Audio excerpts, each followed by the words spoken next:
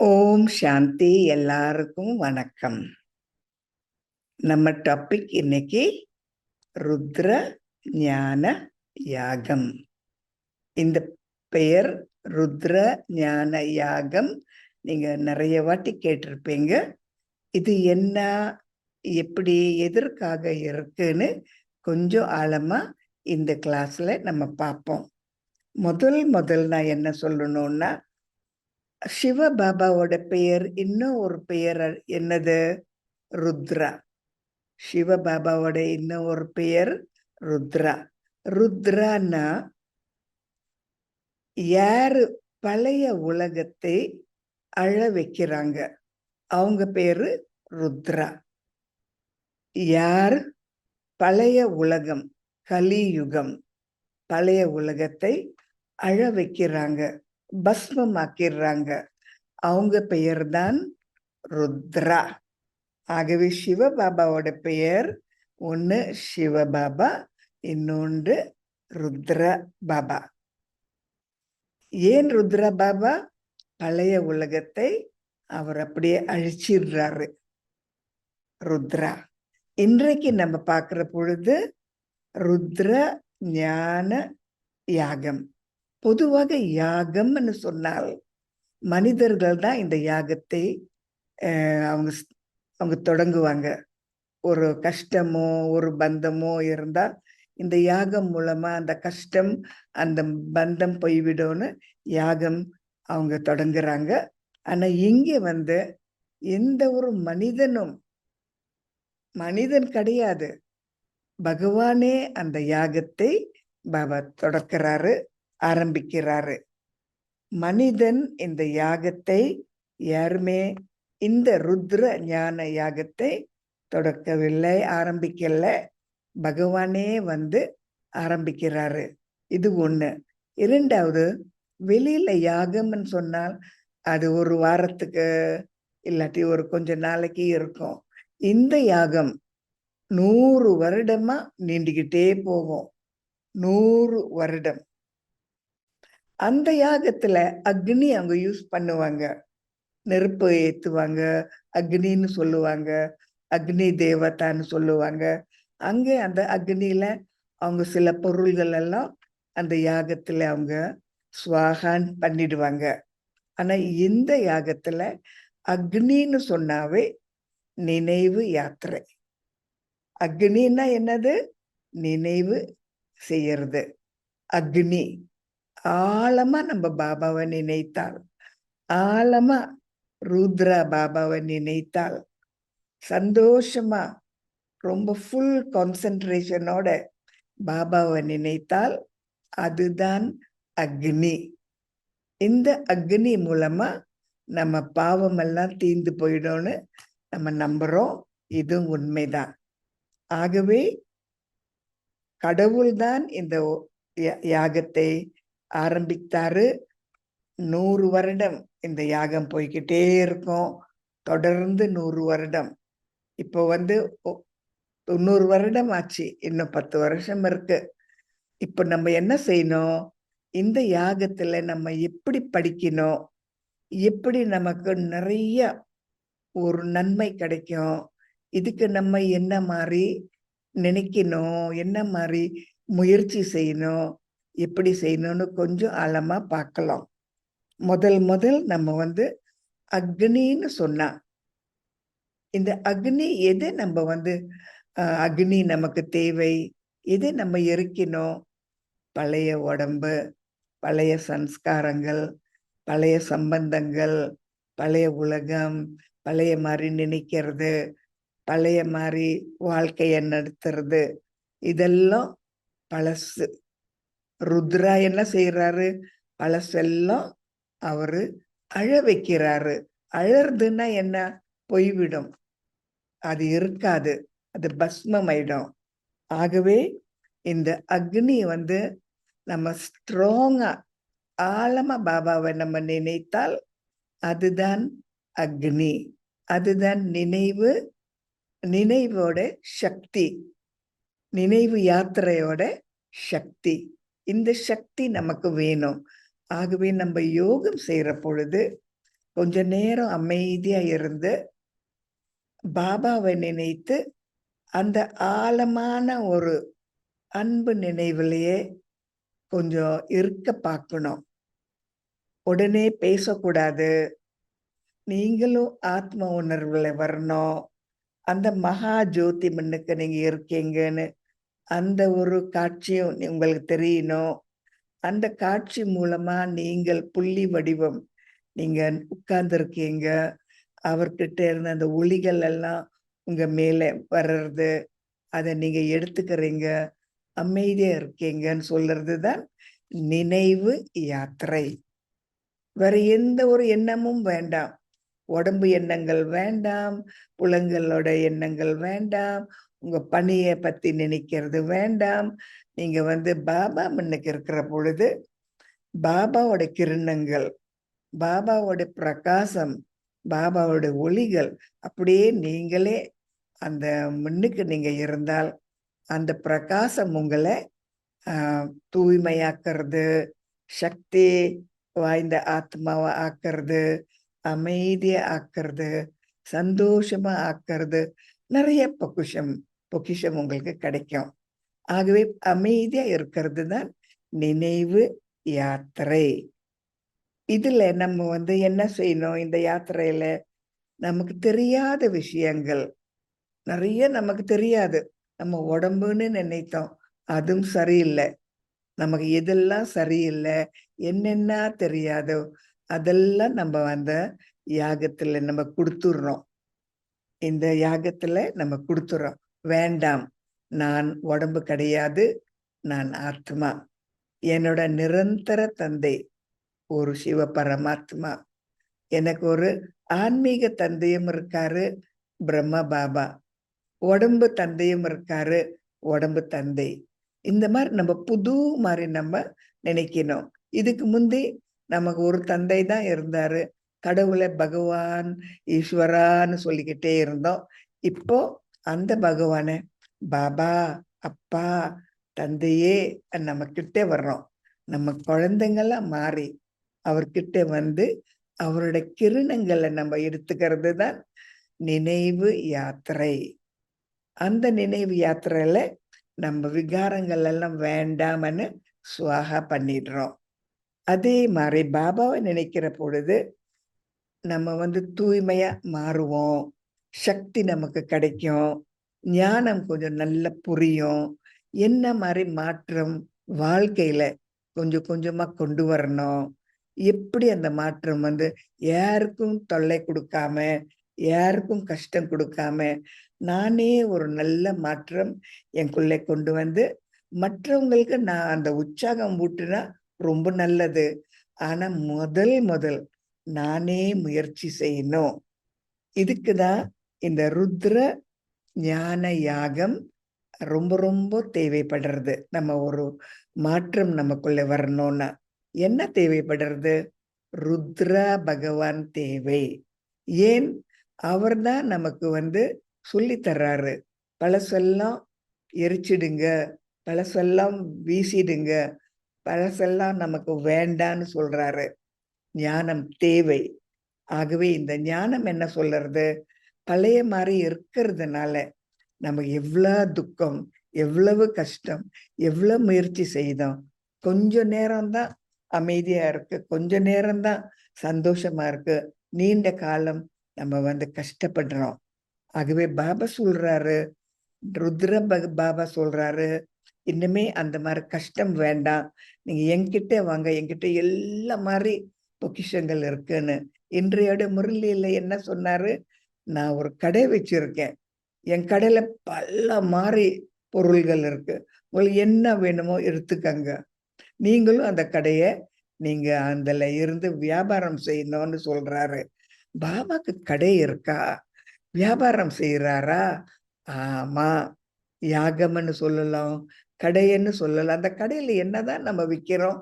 ஒண்ணு தூய்மை, இன்னொன்று அமைதி, இன்னொன்று சந்தோஷம், இன்னொன்று சக்தி, இன்னொன்று பொறுமை, இன்னொன்று ஞானம்.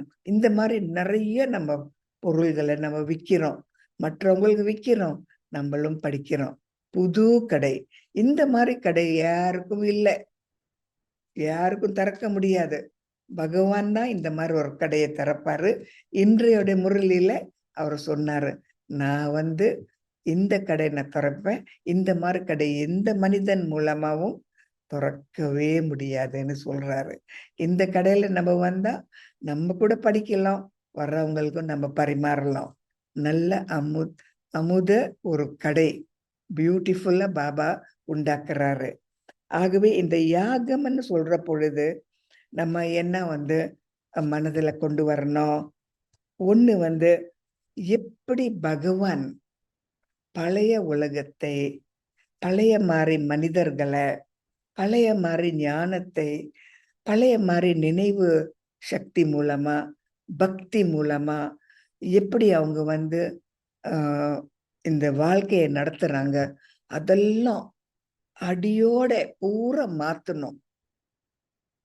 அது எப்படி மாத்துறதுன்னு உடனே மாறுங்கன்னா யாருமே மாற மாட்டாங்க. கொஞ்சம் கொஞ்சமா, கொஞ்சம் கொஞ்சமா, இது சரி, இது சரியில்லை, இது உண்மை, இது உண்மை இல்லை, இது நிச்சயம், இது நிச்சயம் கிடையாது, இது நிரந்தரம், இது கொஞ்ச நாளைக்கு தான், அல்ப காலை நாளுக்கு தான்னு பாபா ஒன்னொன்னா சொல்றாரு. அப்ப நம்ம படிக்கிற பொழுது நம்ம உணர்றது இல்லை, நான் மாறிக்கிட்டே இருக்கேன், ஏதோ புது எனக்குள்ள நான் கொண்டு வர்றேன், புதுசா நான் ஏதோ நான் படிக்கிறேன், எனக்குள்ள ஒரு புது மாற்றம் வருதுன்னு நம்ம அதை யோசிக்கிறது இல்லை. ஆனால் அந்த ஒரு மாற்றம் வர்றது, இதுதான் எவ்வளவு அழகாக நேரா சொல்லாம கொஞ்சம் கொஞ்சமா ஒரு மருந்து கொடுத்து ஒரு நோயாளிய எப்படி குணப்படுத்துவார் ஒரு டாக்டர், அதே போல நம்ம பாபா, ருத்ர பாபா, சிவ பாபா, அவர் என்ன செய்யறாரு? ஒரு நாளும் ஒரு சின்ன கொஞ்சம் மருந்து, ஒரு சின்ன ஒரு இன்ஜெக்ஷன், ஒரு கொஞ்சம் ஒரு புத்திமதி சொல்லிட்டு விட்டுடுறாரு. அந்த ஒரு இன்ஜெக்ஷன், அந்த ஒரு மருந்து, அந்த ஒரு நினைவு கொஞ்சம் கொஞ்சமா நமக்குள்ள இருந்து ஒரு மாற்றமே, பெரிய மாற்றம் நம்ம கொண்டு வர்றோம். எந்த மாற்றம்? மனிதர்கள் தேவரா மாறலாம். மனிதர்கள் நல்ல மாதிரி நினைக்க தெரியாது, அவங்க யாருன்னு கூட அவங்களுக்கு தெரியாது.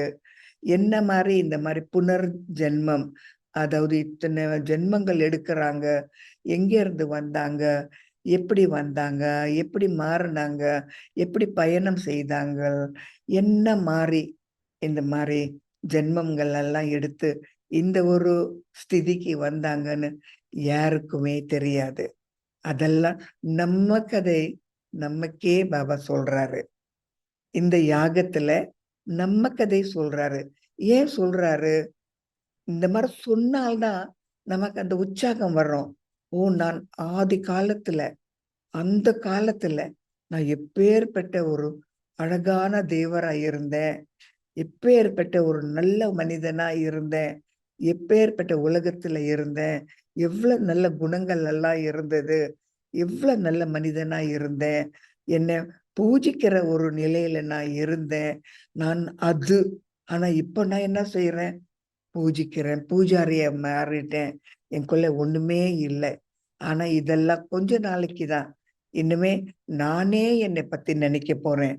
நான் ஆரம்ப காலத்துல எப்படி இருந்தேன், அதுல நான் மாற போறேன்.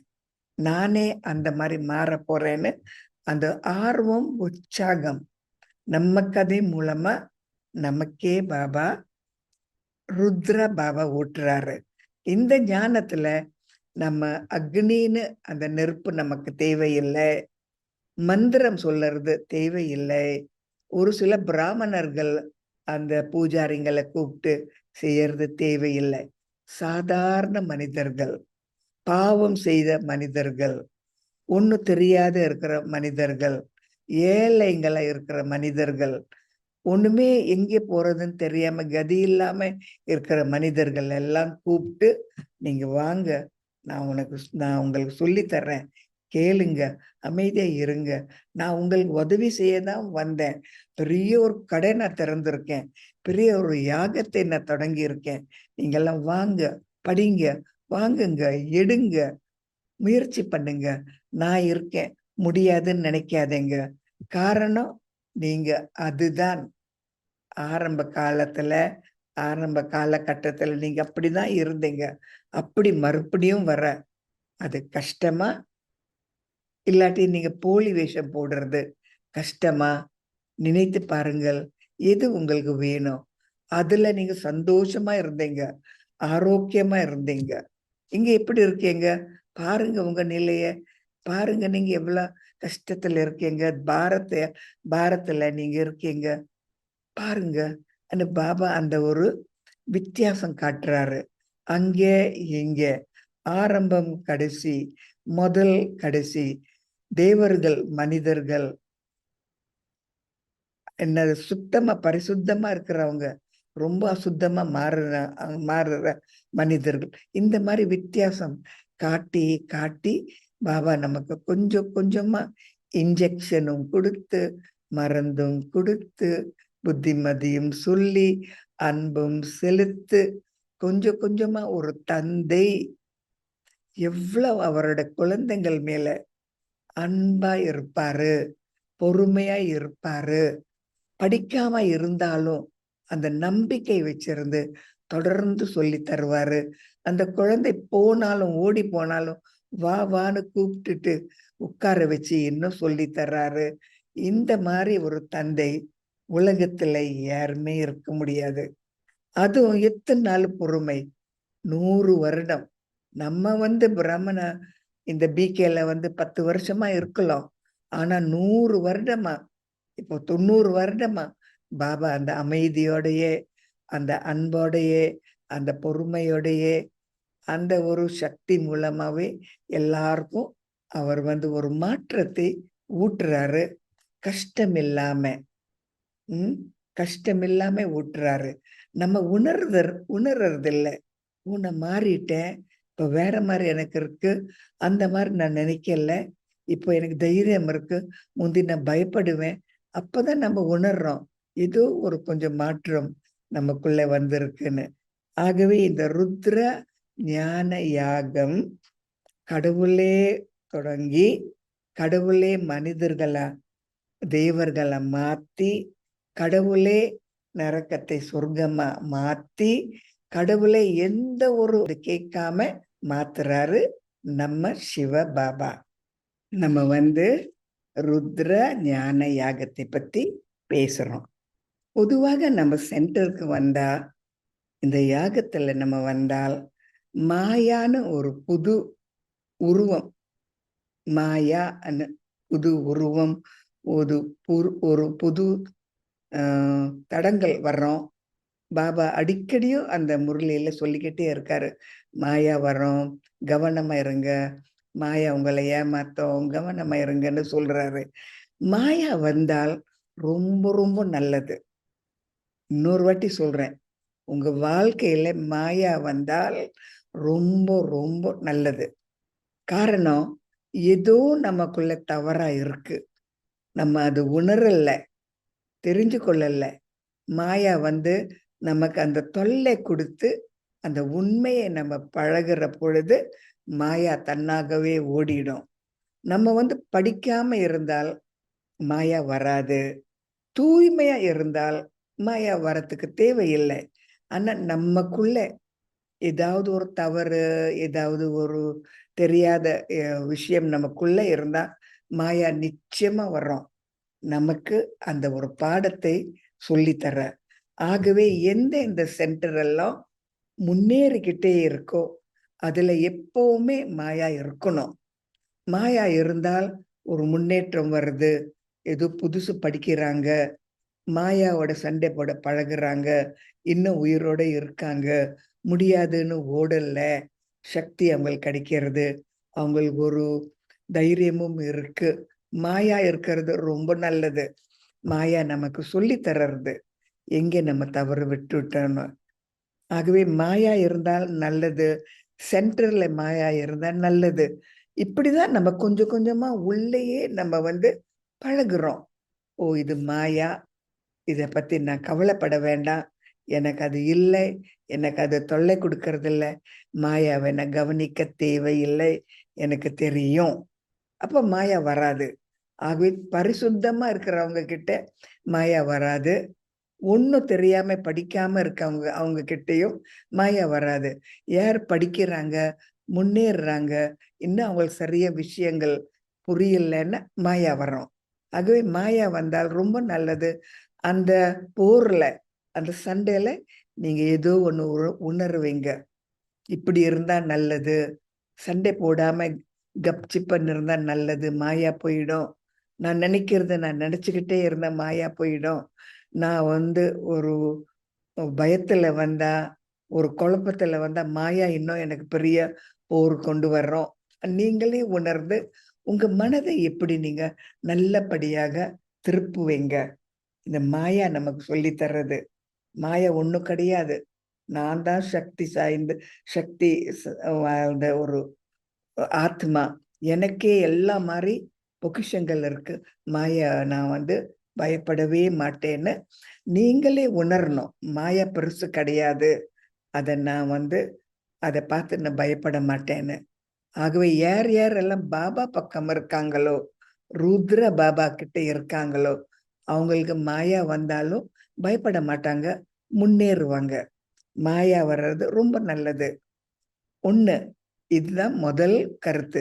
2வது கருத்து, ஞானத்தை பத்தி பேசணும்னா, யாகத்தை பத்தி பேசணும்னா, இந்த யாகம் இல்லாம புது சைக்கிள், புது சக்கரம் வர முடியாது.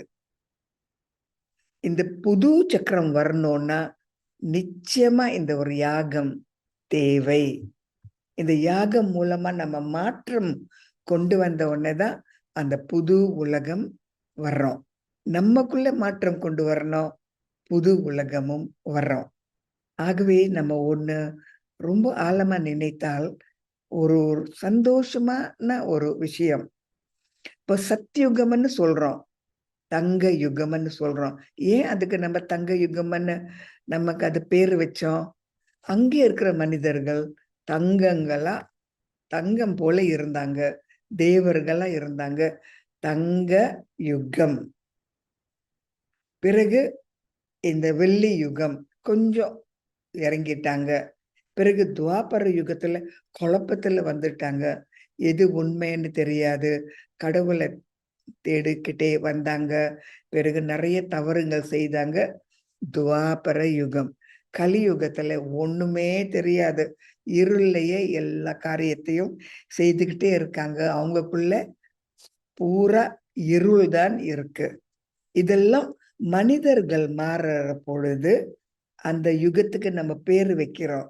சத்தியுகம், திரேத யுகம், துவாபர யுகம், கலியுகம். ஏன் அப்படி சொல்றோம்? மனிதர்கள் மாறுறாங்க, படிப்படியா மாறி மாறி இறங்கி வர்றாங்க. ஆனா சங்கம் யுகம் மனிதர்கள் மாறி, அதுக்கு சங்கம் யுகம் நம்ம பேர் வைக்கிறது இல்ல. கடவுளே ஒரு புது யுகத்தை தொடக்கிறாரு. நம்ம கலியுகத்துல தான் இருக்கோம், இருள தான் இருக்கோம். ஆனால் பாபா சொல்றாரு, நான் சங்கம் யுகம்னு ஒரு புது யுகத்தை நான் உண்டாக்கியிருக்கேன். இதுல நீங்க வாங்க, படிப்பீங்க, புது மாதிரி மாறுவீங்க. அது கலியுகம், அது வேண்டாம், இங்க வாங்கன்னு கூப்பிடுறாரு. ஆகவே கலியுகமும் ஓடிக்கிட்டே இருக்கிற பொழுது சங்கம் யுகம்னு கொண்டு அதுல யார் யார் மனிதர்கள் படிக்க போறாங்களோ, ஒரு மாற்றம் உங்களுக்குள்ள கொண்டு வர போறாங்களோ, தூய்மையா மாற போறாங்களோ, அந்த மாதிரி மனிதர்களுக்கு பாபா இந்த யாகத்தை இந்த ஞானத்தை பாபா கொடுக்கிறாரு. ருத்ர ஞான யாகம். பாபாவே கொண்டு வர்றாரு அந்த யுகத்தை, கடவுளே கொண்டு வர்றாரு. சங்கம யுகம் சொல்றாரு. இந்த சங்கம யுகத்துல மனிதர்கள் யாரெல்லாம் படிக்கணுமோ அவங்க எல்லாரும் வரலாம், தாராளமா வரலாம். கடவுள்கிட்ட இருந்து படிக்கலாம், இலவசமாக படிக்கலாம், அன்பாக மாறலாம், கஷ்டம் இல்லாம மாறலாம், புது உலகத்துக்கு தகுதிய மாறுவாங்க. அப்போதான் புது உலகம் வர்றோம். ஆகவே இந்த யாகம் இல்லாம சக்கரம் வந்து தொடர்ந்து சுத்திக்கிட்டே இருக்க முடியாது. இந்த யாகம் நிச்சயமாக தேவை அந்த புது உலகத்துக்கு. இது ஒண்ணு. இரண்டாவது, இந்த கல்ப செடின்னு சொல்றோம். நம்ம இந்த கல்ப செடியில நிறைய பயணம் செய்தாச்சு. அந்த ஒரு தண்டுல இருந்து கிளைகளுக்கு போய் அந்த பெரிய கிளைங்கள்ல இருந்து சின்ன கிளைங்களுக்கு வந்து பிறகு அந்த சின்ன சின்ன குச்சி அதுல எல்லாம் நம்ம வந்து புகுந்து எங்கேயோ நம்ம தவிக்கிறோம் அந்த கல்ப செடியில. இப்ப பாபா நமக்கு சக்தி கொடுத்து அந்த கல்ப செடியை விட்டுட்டு புது கல்ப செடியில வந்து இருங்கன்னு சொல்றாரு. ஆகவே அந்த புது கல்ப செடிக்கு நம்ம வந்து இந்த இலைகளா இருந்து அதுக்கு நம்ம சக்தி கொடுத்து அந்த புது செடி கல்ப செடி வரப்பொழுது அதுக்குன்னு அந்த வேருக்கு நம்ம வந்து அதுக்கு உணவு ஊட்டுறோம், சக்தி ஊட்டுறோம். அந்த புது கல்ப செடியோட வேருக்கு நம்ம வந்து அதுக்கு உற்சாகம் ஊட்டுறோம். ஆகவே இந்த யாகம் இல்லாம புது கல்ப செடி வர முடியாது. யாகம் இல்லாம இந்த சக்கரமும் ஓட முடியாது. யாகம் இல்லாம இந்த ஒரு மணிகள் பாபா சொல்றாரு, வைஜெயந்தி மாலா, இந்த மாதிரி பூஜிக்கிற ஒரு மாலை, இந்த மாலையெல்லாம் எங்கிருந்து வருது? இந்த மணிகள் எல்லாம் நீங்க தான். ஆகவே உங்களுடைய நினைவு சின்னம் தான் இந்த மாலைகள். உங்க நினைவு மூலமா அவங்க மாலைகள் எல்லாம் மணிகள் சுத்திக்கிட்டே இருக்காங்க. ஓம் நம சிவாயா, ஓம் நம சிவாயா, ஓம் நம சிவாயன்னு ஒன்னொன்னா சொல்றாங்க. அது யாரு? நீங்கள். ஆகவே இந்த யாகம் இருக்கிறதுனாலதான் ஒரு புது உலகம், புது காலம், புது சொர்க்கம், புது மனிதர்கள், புது மாதிரி எண்ணங்கள், புது மாதிரி ஒரு இந்த சட்டங்கள் எல்லாமே புதுசா பாபா உண்டாக்குறாரு. இந்த ருத்ர ஞான யாகம்.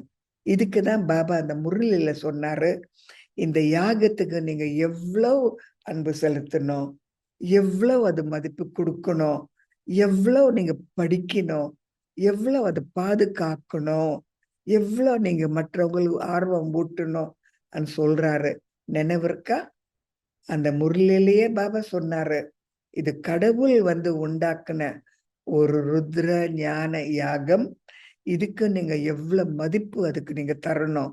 சின்ன யாகமா, சாதாரண யாகமா, அதுல என்ன படிக்கிறீங்க? இலவசமா?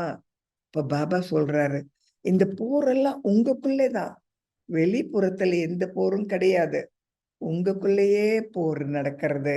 நீங்களே உணர்றீங்க, நீங்களே மாறுறீங்க, நீங்களே தகுதிய மாறுறீங்க, நீங்களே தெய்வங்களா மாறுறீங்க. ஆகவே இந்த யாகம் அற்புதமான யாகம். இந்த மாதிரி எந்த ஒரு மனிதனுக்கும் ஒரு ப்ராஜெக்ட் இந்த மாதிரி செய்யவே முடியாது. இந்த மாதிரி பிளான் போட்டு இந்த மாதிரி மோசமான மனிதர்களை தெய்வங்களா மாறுற மாதிரி எந்த மனிதனால முடியும்? சொல்லுங்க. இந்த மதங்கள் ஸ்தாபிக்கிற அந்த தந்தைமார்களால முடியுமா? நிச்சயமாக முடியாது. ஆகவே பாபா என்ன ஸ்தாபிக்கிறாரு, அது வந்து எந்த ஒரு மனிதன் மூலமாவும் ஸ்தாபிக்கவே முடியாது. இதுக்குதான் நம்ம நினைத்து பார்க்கிற பொழுது மனிதர்கள் வந்து மனிதர்களுக்கு உதவி செய்தாலும் எல்லாருமே உதவி செய்யறவங்க, உதவி வாங்குறவங்க எல்லாருமே படிப்படியா இறங்கி வந்துட்டோம். யார் நம்மளை ஏத்தி விட முடியும்? இந்த ஒரு ருத்ர பாபா, சிவ பாபா அந்த யாகம் மூலமா, ஞானம் மூலமா நம்மளை ஏத்தி விடுறாரு. அப்ப பாபா சொல்றாரு, அதுக்கு நீங்க நீங்க ஒரு அன்பு கொடுக்கணும், அதுக்கு எவ்வளவு நீங்க மதிப்பு கொடுக்கணும். ஆகவே இந்த யாகம்னு சொன்னா அது கடவுளோட கர்ப்பப்பை. அந்த கர்ப்பப்பையில புது உலகம், புது மனிதர்கள், புது காலகட்டம், புது மாதிரி எல்லாமே உண்டாக்குறது பாபாவோட ப்ராஜெக்ட். அது ஒரு கர்ப்பப்பை, கடவுளோட குழந்தை என்று சொல்லலாம் இந்த யாகத்தை. அது வந்து பாபாவோட கர்ப்பப்பையில நம்ம வந்து பிறவி எடுக்கிறோம் கர்ப்பப்பையில.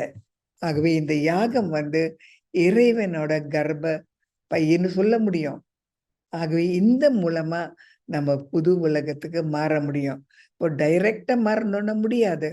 ஆகவே இந்த யாகம் மூலமா பாபா ஒரு பாலத்தை பாபா உண்டாக்குறாரு. இந்த கர்ப்ப பைய உண்டாக்கி, பிள்ளைங்களை உண்டாக்கி, அவங்கள பெருசா ஆக்கி, ஆளாக மாத்தி, பெரியவங்கள மாத்தி, புத்திசாலியா மாத்தி, அந்த பக்கம் அனுப்புறாரு. எவ்வளவு பெரிய காரியம் யோசிங்க. எவ்வளவு பெரிய காரியம் பாபா செய்யறாரு. நம்ம ஒண்ணுமே தெரியாம வந்தோம். கர்ப்ப பையில பிறவி எடுத்தோம். எது வெள்ளை எது கருப்புன்னு கூட தெரியாது நமக்கு. நான் உடம்பா ஆத்மாவான்னு கூட தெரியாம இருக்கிற பொழுது எல்லாமே சொல்லி தந்து தெய்வங்களா மாத்தினாரு. அது மட்டும் கிடையாது. ரொம்ப பேர் நினைக்கிறாங்க தேவர்களுக்கு பிள்ளைங்க இருக்கு, அவங்களுக்கும் இந்த காம விகாரம் இருக்குன்னு. கிடையவே கிடையாது. நம்ம எத்தனை கதைகள் இந்த படிச்சிருக்கோம். இப்போ யாரோ ஒரு தேவதை அந்த சூரிய பகவானை பார்த்த உடனே அவங்க கர்ப்பம் ஆயிடுறாங்க. அந்த சூரிய பகவானை பார்த்த உடனே யாராவது பிள்ளைங்க பெத்துக்க முடியுமா சொல்லுங்க? இல்லாட்டி யாரோ எவங்களையோ பார்த்துட்டு அவங்க மேல கொஞ்சம் ஆசைப்பட்ட உடனே கர்ப்பமா ஆயிடுறாங்க. இதெல்லாம் யோகா சக்தி. யோகா சக்தி மூலமா பிள்ளைங்கள்லாம் அங்கே உண்டாக்குறாங்க. யோகா சக்தி. நமக்கு அந்த யோகா சக்தி இல்லாம இருக்கிற பொழுது இந்த காம விகாரத்துல நம்ம புகுந்து கஷ்டப்படுறோம். ஆனா யோகா சக்தின்னா ஆத்மீக சக்தி, புத்தியில இருக்கிற ஒரு சக்தி.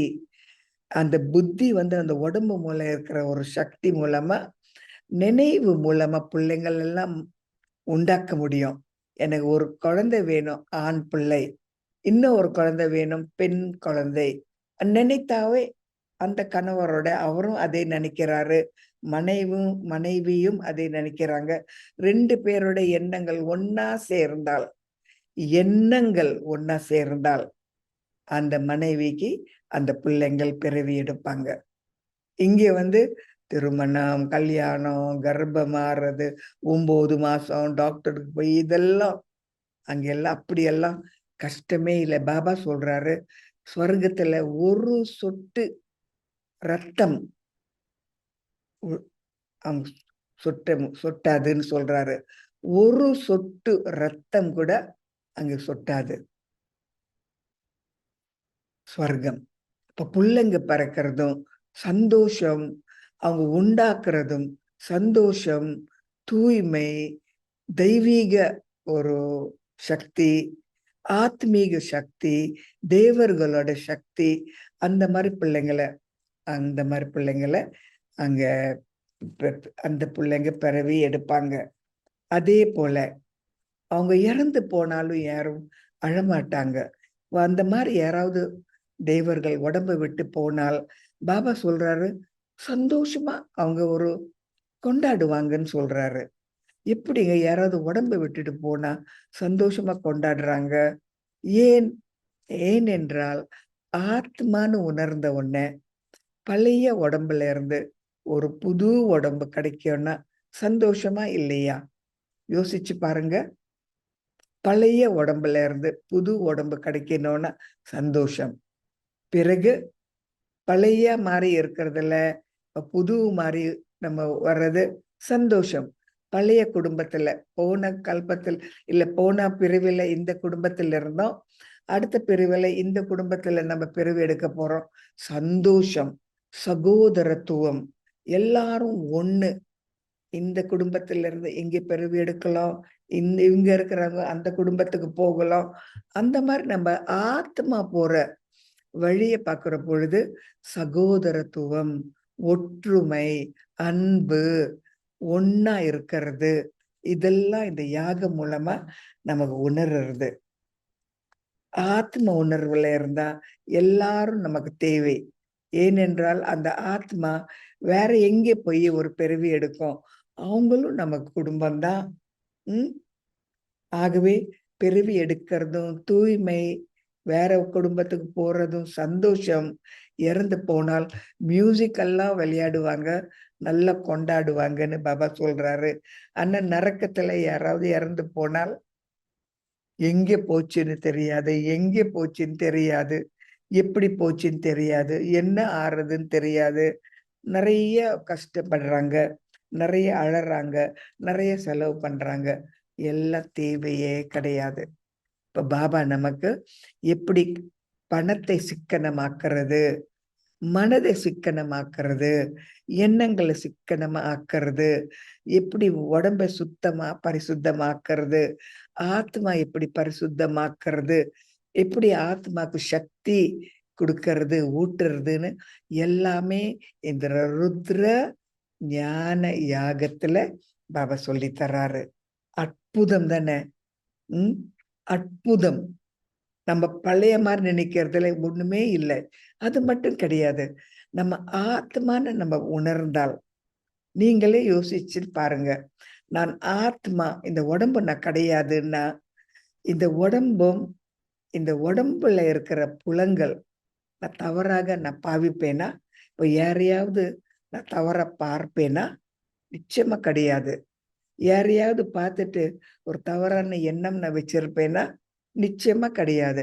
இப்ப யாராவது பார்த்து இந்த கண்கள் மூலமா என்னோட மனதுல எனக்கு கோவமா, ஒரு சந்தோஷமா, இல்லாட்டி ஒரு பற்றோ இருக்குமா?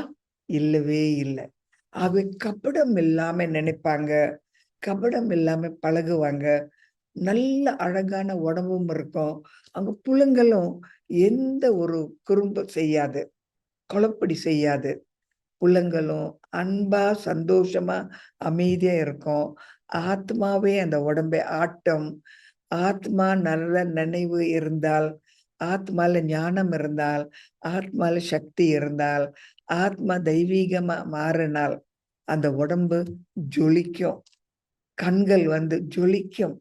அந்த முகம் ஜொலிக்கும். அந்த பேசுற பேச்செல்லாம் அமிர்தமா இருக்கும். பாபா சொல்றாரு, உங்க முகம், உங்க கண்கள், உங்களோட நடமாடுறது அதெல்லாம் தெய்வீகமா மாறணும். எங்க எங்க எங்க மாறணும்? உங்க எண்ணங்கள், உங்க கண்கள், உங்க புலங்கள், காது, வாய், கை, கால் எல்லாமே எண்ணங்கள் இங்கே மாறணும். தெய்வீகமா மாற வைக்கணும். அப்பதான் அந்த ஆத்மாக்கு அங்கே அந்த நல்ல உடம்பு கிடைச்ச உடனே தேவரா மாறும். தெரிஞ்சதா? ஆகவே இங்கேயே நம்ம பழகணும். நீங்க நினைக்க கூடாது, அங்கே போனா நான் பரிசுத்தமா இருப்பேன், இது இன்னும் கலியுகம் தானே, எல்லாரும் இப்படித்தானே இருக்காங்க. அப்படி கிடையாது. தாமதம் செய்யக்கூடாது. இப்பவே உங்க கண்களை ஒரு தெய்வர், ஒரு ஒரு தேவியோ ஒரு தேவரோ என்னை பார்க்கிற பொழுது எப்படி பார்ப்பாங்க? அந்த மாதிரி கண்கள் எனக்கும் இருக்குமா? பார்க்க பாருங்க. அவங்க பேசுனா பெருசா பேசுவாங்களா?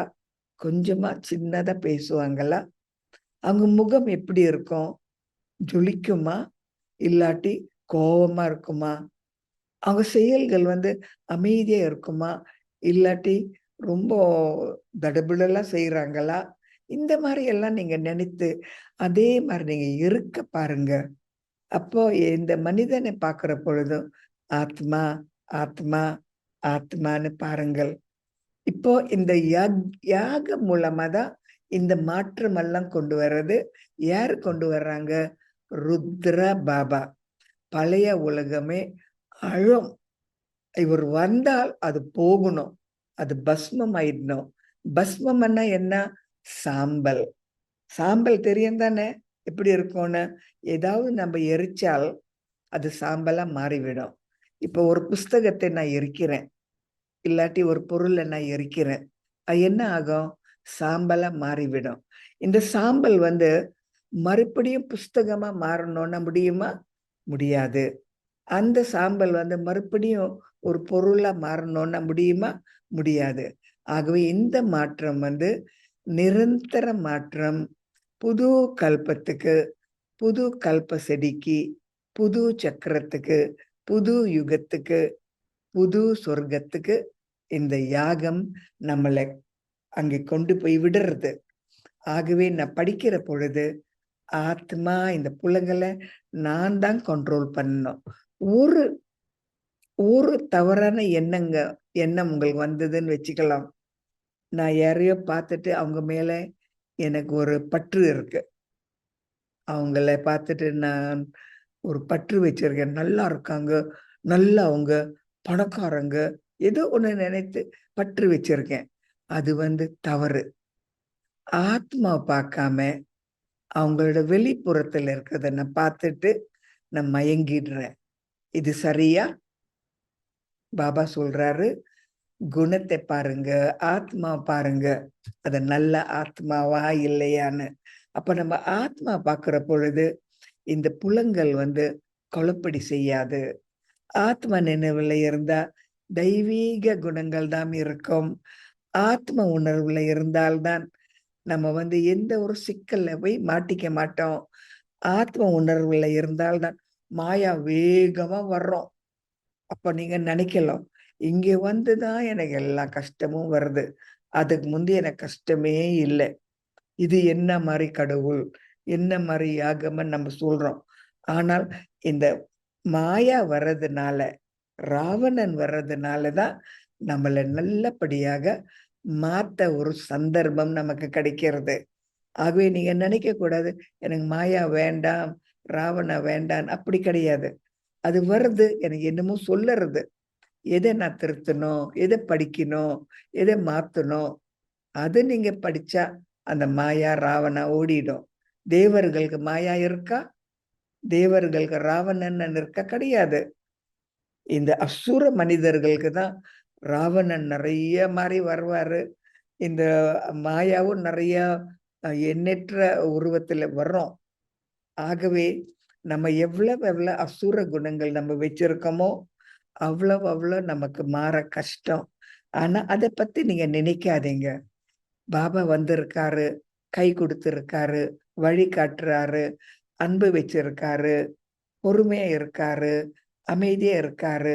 நிச்சயமாக என்னால இங்க இருந்து அங்க எனக்கு போக முடியும். பாபா கைய நீங்க இறுக்கி பிடிக்கணும். பாபா இல்லாம எதுவுமே சாதிக்க முடியாது. மனிதர்களை நம்ம நம்பி நம்பி எத்தனை எத்தனை ஒரு ஜென்மத்துல நம்ம நம்பி இருக்கோம். கடைசியில அவங்களும் நம்மளும் எங்கே சேர்ந்திருக்கோம்.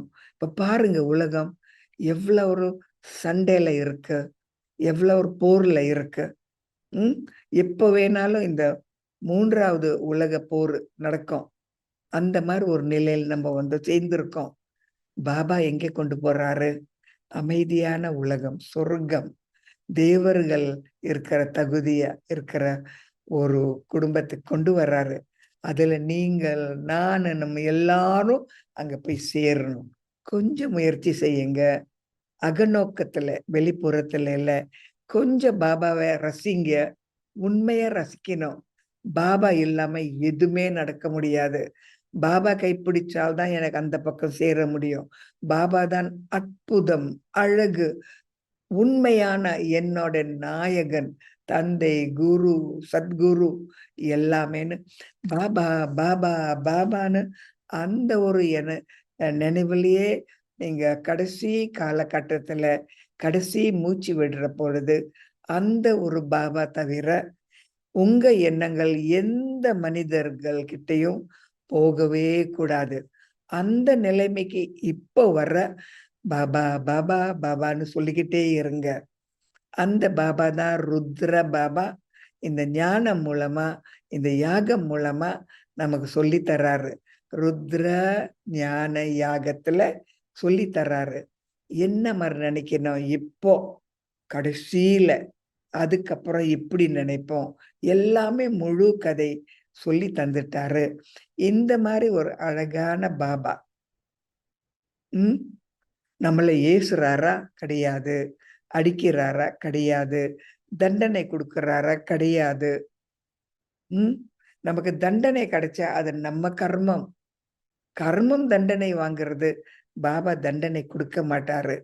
அன்பா, பொறுமையா, அமைதியா கொஞ்சம் கொஞ்சமா நமக்கு இன்ஜெக்ஷனும் கொடுத்து, மருந்தும் கொடுத்து, புத்திமதியும் சொல்லி எப்படி நம்ம உணராமையே மாறுறோம்.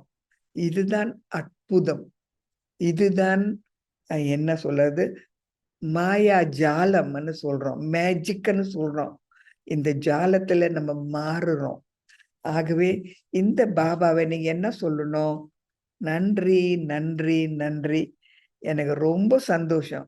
நீங்க என் வாழ்க்கையில வந்த உடனேயே நானே மாறிட்டேன். என் உலகமே மாறிருச்சு. சம்பந்தங்கள் எல்லாம் மாறிருச்சு. நீங்க தான் எனக்கு, நீங்க இல்லாம நான் இல்லை. அந்த மாரி நீங்க பாபாவ புகழணும். பாபா வந்தால் நம்ம எல்லாமே தர்றாரு. பாபாக்கு கடை வச்சிருக்காரு, யாகம் தொடக்கியிருக்காரு, ஸ்கூல் தொடக்கியிருக்காரு, சென்டரை தொடக்கியிருக்காரு, ஹாஸ்பிட்டல்ல தொடக்கியிருக்காரு. சொல்லுங்க, கோயிலன்னு தொடக்கியிருக்காரு. பாபா சொல்றாரு, எத்தனை கோயில்கள் இருந்தாலும் அங்க மனிதர்கள் மாறுறது கிடையாது. இந்த ஒரு கோயில், இந்த ஒரு சென்டர், இந்த ஒரு யாகத்துல நீங்க மாறுறீங்க. அற்புதம் தானே! இந்த பாபாவ மறக்க முடியுமா? நிச்சயமாக முடியாது. உண்மைதானே? ஓம் சாந்தி.